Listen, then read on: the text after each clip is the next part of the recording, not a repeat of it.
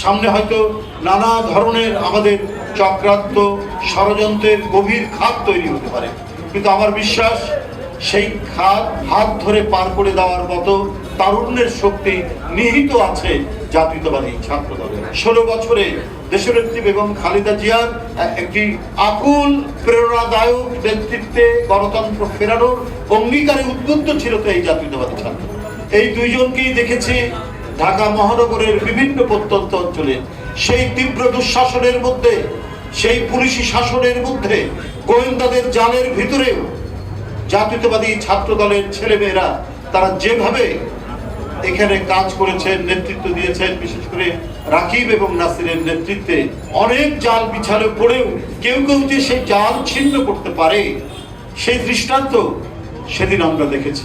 সামনে হয়তো নানা ধরনের আমাদের চক্রান্ত ষড়যন্ত্রের গভীর খাত তৈরি হতে পারে, কিন্তু আমার বিশ্বাস সেই খাত হাত ধরে পার করে দেওয়ার মতো তারুণ্যের শক্তি নিহিত আছে জাতীয়তাবাদী ছাত্র দলের।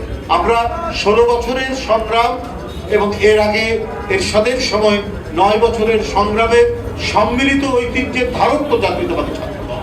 শুধুমাত্র জুলাই আগস্টের ধারক তো তারা নয়, জুলাই আগস্টের প্রতিনিধিত্বকারীরা।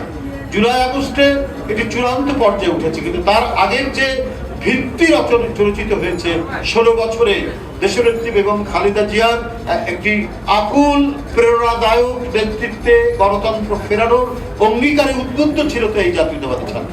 সেই জাতীয়তাবাদী ছাত্র দল জুলাই আগস্টে একটি প্রাণ উৎসর্গীকৃত ছাত্র সংগঠনে পরিণত হয়েছে।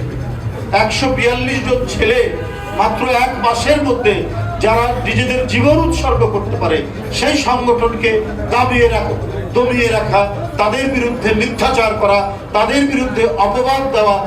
আপনার এসির গ্যাসের সমাধান হলো SGS ও CNS সার্টিফাইড ফোরন রেফ্রিজারেন্ট গ্যাস, যার বিশুদ্ধতা 99.98%। ফোরন, শান্তি যেখানে, নিঃশ্বাসে।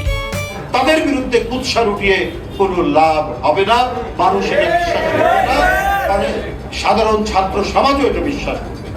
তবে আমি বলবো তোমরা এগিয়ে যাবে, কারণ তোমাদের সাথে রফিকুল ইসলাম বকুলের মতো একজন বড় ভাই তোমাদেরকে সাহচর্য দিচ্ছে, তোমাদেরকে পরামর্শ দিচ্ছে এবং তোমাদেরকে এগিয়ে যাওয়ার জন্য তাগিদ দিচ্ছে। সুতরাং সেই ছাত্র সংগঠন সামনে যাই আসুক, যে প্রতিদ্বন্দ্বিতায় আসুক, সকল প্রতিদ্বন্দ্বিতায় তারা উত্তীর্ণ হতে পারবে বলে আমি দৃঢ়ভাবে বিশ্বাস করি।